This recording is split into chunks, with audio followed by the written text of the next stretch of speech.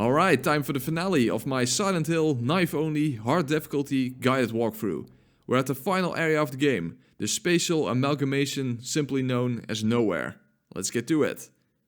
First we see a projection of young Alessa, showing us which door we eventually need to gain access to, but there's a lot of stuff we need to do before we can do that. And the first door we need to enter is the final door on the right. And there we will find the pliers and the screwdriver. On the way we come across Alessa's classroom with her desk singled out, showing us how she was tormented at a young age and how people were afraid of her, as if her mother wasn't bad enough. Yeah, Alessa may very well be one of the most tragic figures in gaming history.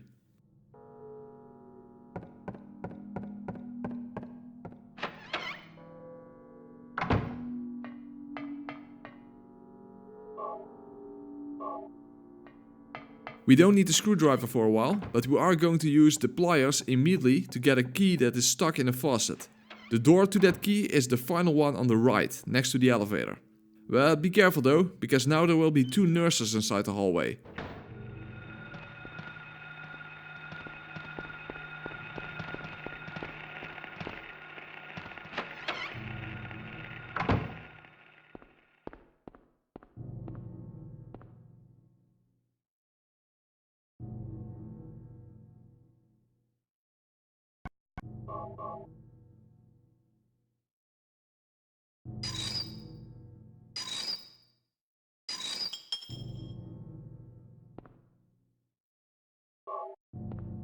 Be careful when you go back out, as you will see a nurse will immediately try to attack you. The next door is the one with yellow markings on the left of the door that's wider than the others. Over here we have the Grim Reaper's list puzzle, and the solution is the first letter of each name from oldest to youngest, which spells out the word alert. And after this we will find the first of 5 items that we need to gain access to the final boss fight. There are no enemies here, but as you'll know, this is where everyone's favorite scene in this game will play out.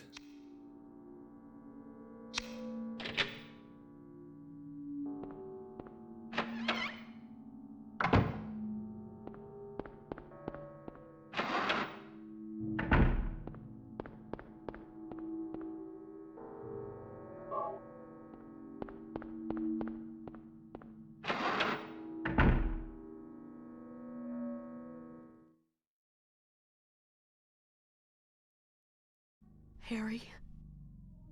Lisa, what's the matter with you? I get it now. Why I'm still alive even though everyone else is dead. I'm not the only one who's still walking around. I'm the same as them. I just hadn't noticed it before. Lisa. Stay by me, Harry. Please. I'm so scared. Help me. Save me from them. Please. Harry?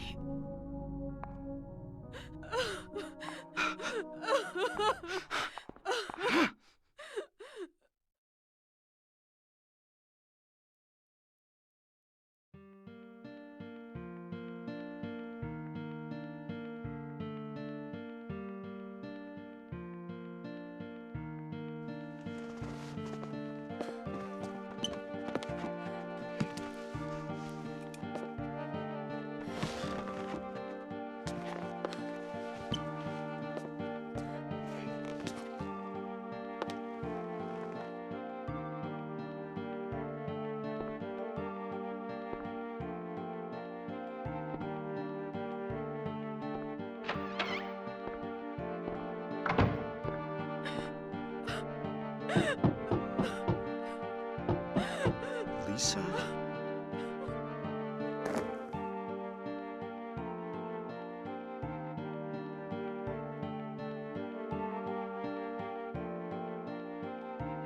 I cannot be the only one who would just stand here in the hallway, listening to the music, and well, what makes it even sadder is how Lisa was apparently still conscious of what happened to her, as she was crying and banging on the door. And of course there is the fact that Harry pushed her away in fear. When you go inside the room, we find her diary, and we read how taking care of Alessa took its toll on Lisa, and how Kaufman kept her under control by supplying her with drugs for her addiction. Now, we did leave the videotape behind, but on there Lisa describes as well how she couldn't even understand what was keeping Alessa alive. Like Dahlia said, a fate worse than death.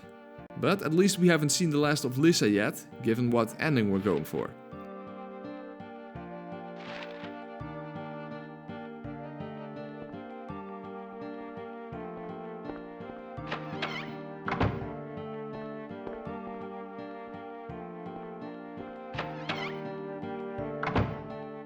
Okay then, the Zodiac puzzle. In principle not that hard to figure out, but a little bit far-fetched. You would immediately suspect that the numbers would have some relation to the Zodiac, given the symbols. But they do not. It's based on how many limbs each character has, including the scale, which also has limbs in a way. Well, at least it's not a poem about someone eating someone else's face, so that's something, I guess.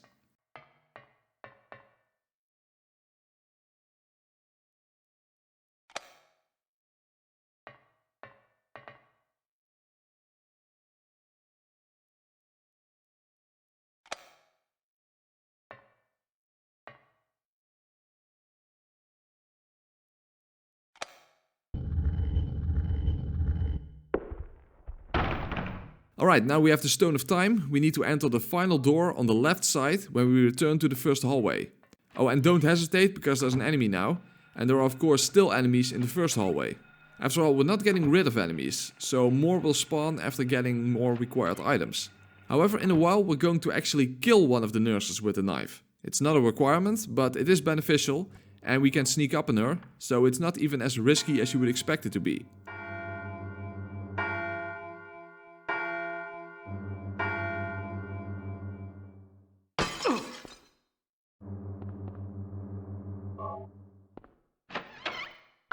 Now run to the very end of the hallway and get into the elevator, and take it to the second floor.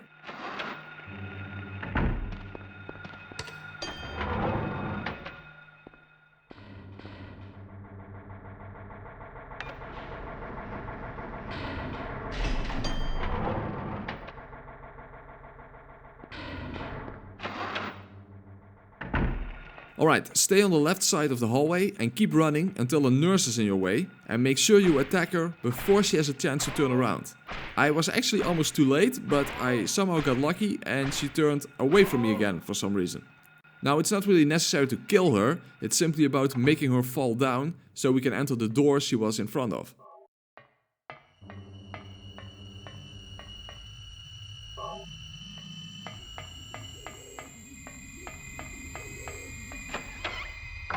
Alright, now get into the next hallway and enter the door that's right around the corner. Here we find the camera, and looking back, I'm actually not sure if we even need it. Because the pattern on the painting, it will reveal later on, is always the same. So it might actually be possible to enter that door on the third floor without using the camera. But to be honest, I never tried it, so I'm not sure. Regardless, we are going back to the elevator anyway, and take it to the third floor this time. Now the only room we need to enter there is the left one, as the room on the right only has a health drink inside. And at this point I'm not really concerned about healing anymore. As I've said repeatedly, the final boss is kind of anticlimactic, contrary to the third game, so not much healing is required anymore. But regardless, if you really want it, on the right side there is an extra health drink.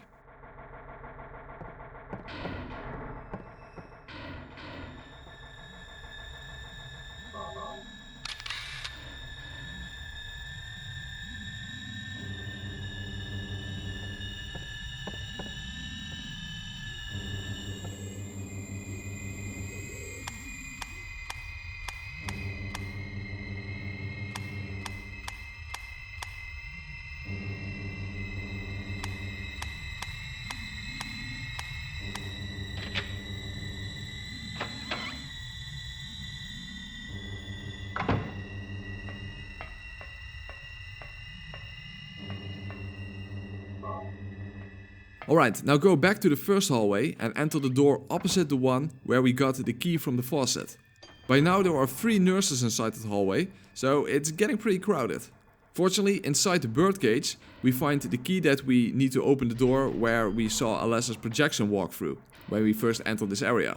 And that means we're almost at the end of the game.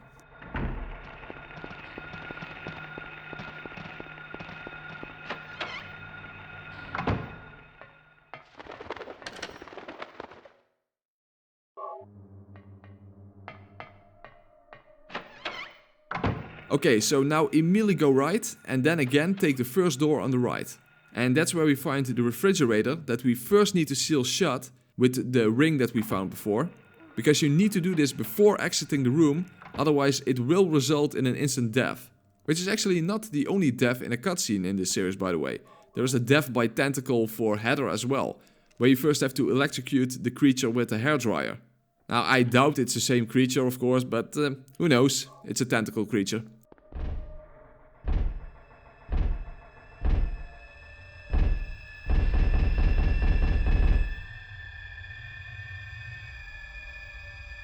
Once you exit the room, stick to the right wall and take the first door on the right. And don't hesitate, as the hallway is full of enemies. And it's kind of a dick move, but the enemies are those ghosts from the school, but this time they can actually attack you, which they couldn't do before. So the game is sort of breaking its own rules. That's not completely fair.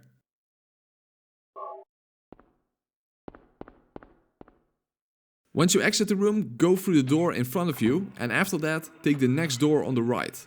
So the one opposite the room with the refrigerator monster. Because that's the door that requires the key that we found inside the bag of jelly beans.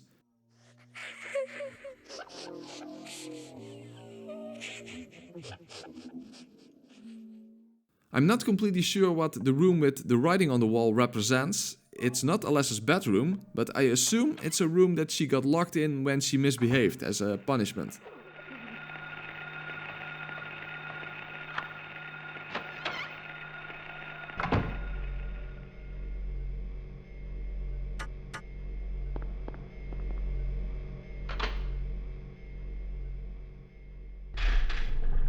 Alright, with the generator back on, we need one more trip back and into the second hallway through the big door. And then in the final room on the left, we find the final key that we need. And the reason we didn't go there before is because it was previously protected by electricity. Now, unfortunately, on the way we encounter more ghosts and those are kind of difficult to avoid. However, the final key is for the final door on the right in the hallway with the ghost enemies. And that's the room where Alessa was bedridden and kept alive for 7 years. There we will find the final item that we need to get to the final boss fight.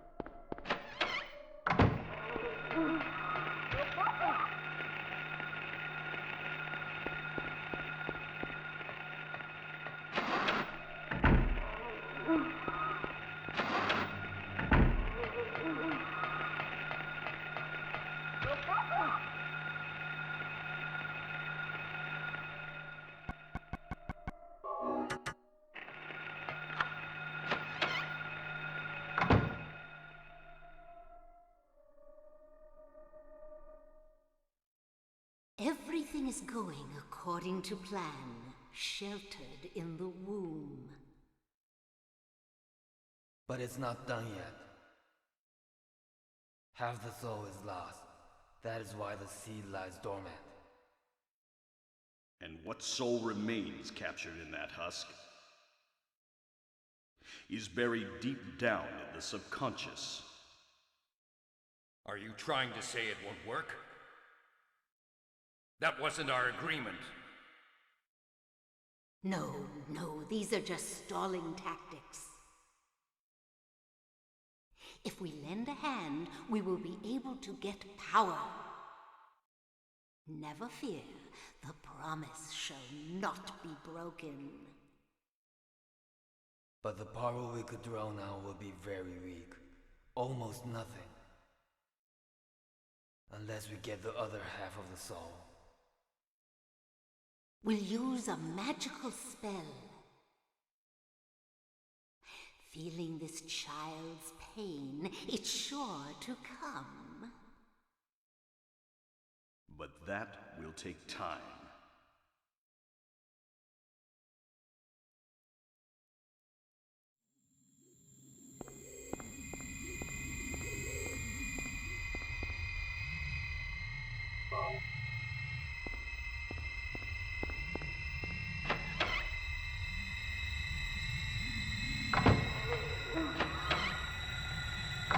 Alright, the final room, and we have everything we need to unlock the door.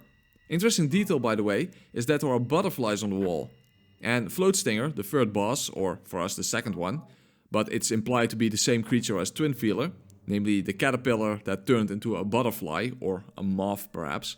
Now, it is speculation of course, but this could symbolize Alessa's desire for freedom, as her mutilated body literally was a cocoon she could not escape. Or a more darker interpretation is that Floatstinger represents the demon growing inside of her. Well, we're going to meet Alessa soon, and Cheryl, given that they are two halves of the same being. So make sure that you save the game one last time, and then get ready for the final boss fight.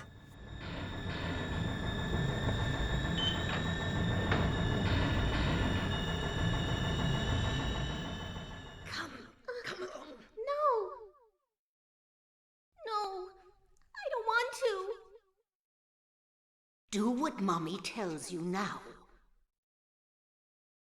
I just want you to lend me a teeny bit of your power. That's all. No. I don't want to do it. It will make everyone happy, and it's for your own good, too. Oh, but Mommy, I just want to be with you. Just two of us. Please understand. Oh, yes, I see. Maybe Mommy has been wrong. Mommy! Why didn't I see this before? There's no reason to wait. Herein lies the mother's womb, containing the power to create life. I could have done it all myself. Mommy?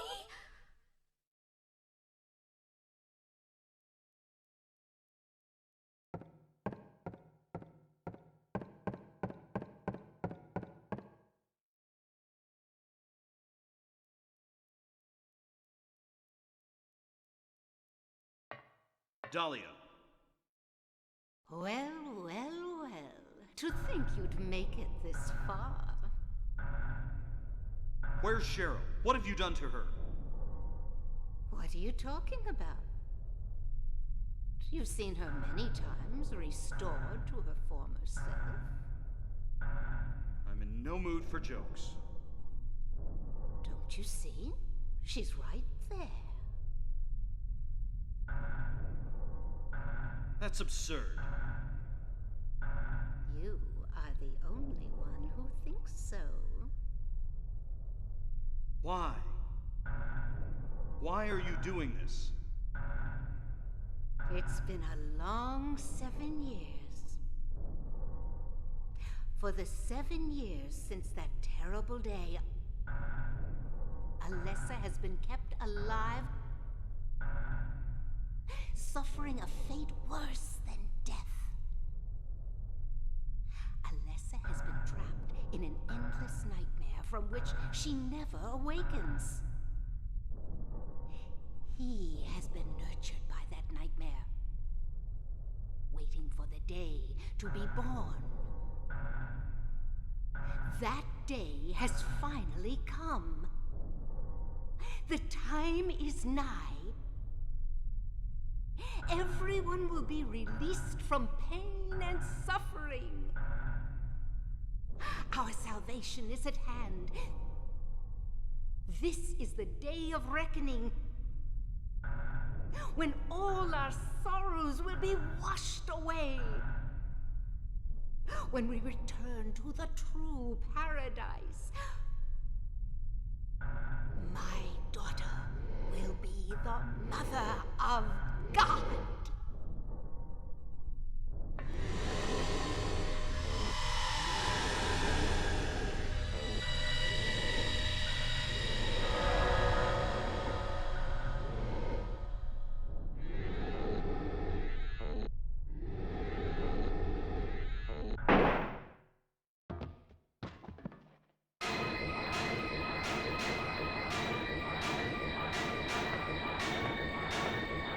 Quit screwing around.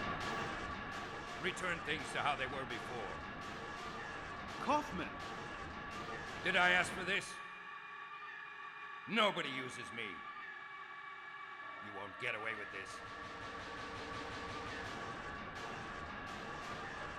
Your role is over. We don't need you anymore.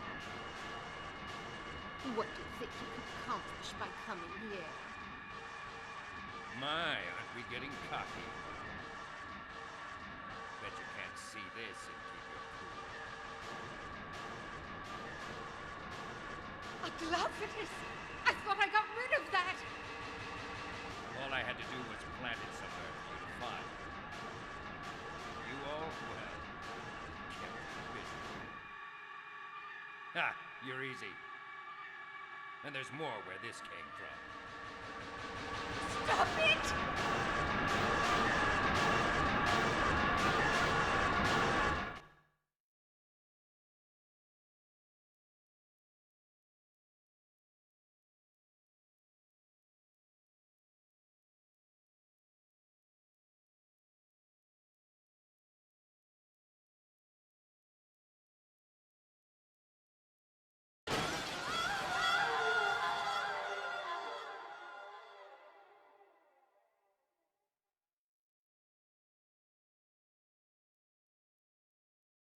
Huh?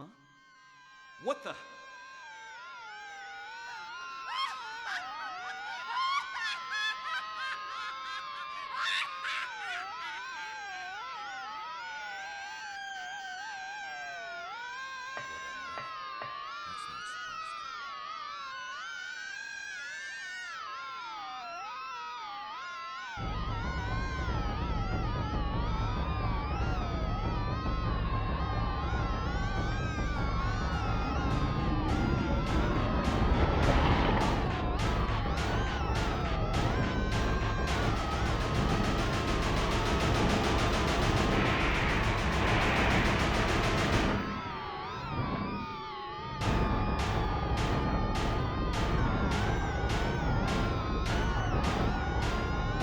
Okay then, and here is the anti-climax of a knife-only playthrough, or better said, a melee-only playthrough, because you cannot hit the boss with a melee weapon to begin with.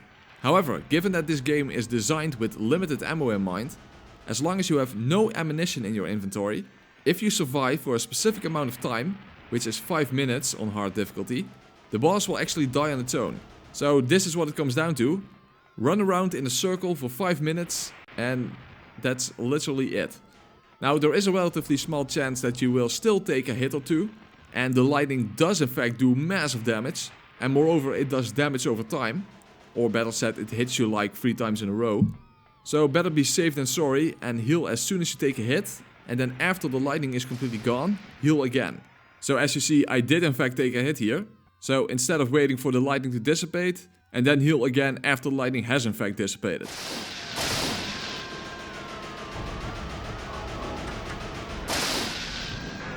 Fortunately, you can quite safely run around for 5 minutes without taking at least a lot of damage, because getting struck by lightning is in fact quite rare. It's not exactly the epic final test of endurance like in Silent Hill 3, where the final boss takes 45 minutes to take down, and where you are likely desperately holding on to your final healing items.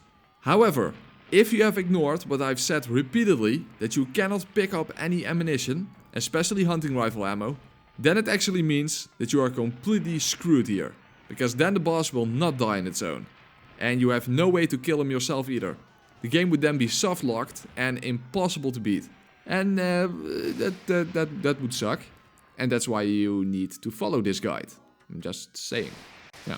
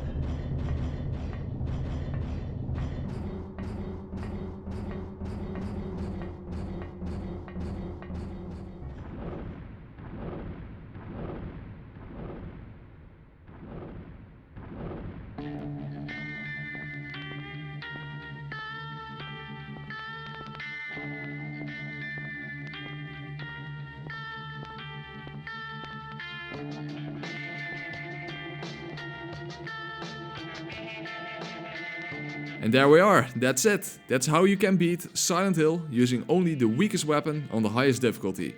It's certainly still orders of magnitude easier than Silent Hill 3, knife only on hard mode, but it's an interesting challenge run nonetheless.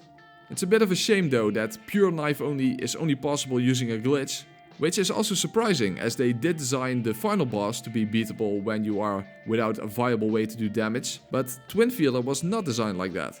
And when it comes to the final boss, it definitely would have been more interesting if it was simply possible to hit him with a melee weapon to begin with. And it's not different for the Incubator, the boss of the bad ending. That one has a force field, so you cannot even get close to her. So in that sense, a knife-only playthrough is a lot more interesting in the third game than in the first one. So if you want to know how that can be done, make sure to check out my knife-only guide for Silent Hill 3. Or if you are interested in knife-only playthroughs in other survival horror games, I've also made similar guides for Resident Evil 2, both the original as well as the recent remake. Alright then, that's the end of this playthrough. The ending stats aren't really that interesting, nor do I really care about what rank I get, but I will leave them in regardless. So thank you all for watching, subscribe if you want to see more from me, and definitely stay tuned for another challenge in another game.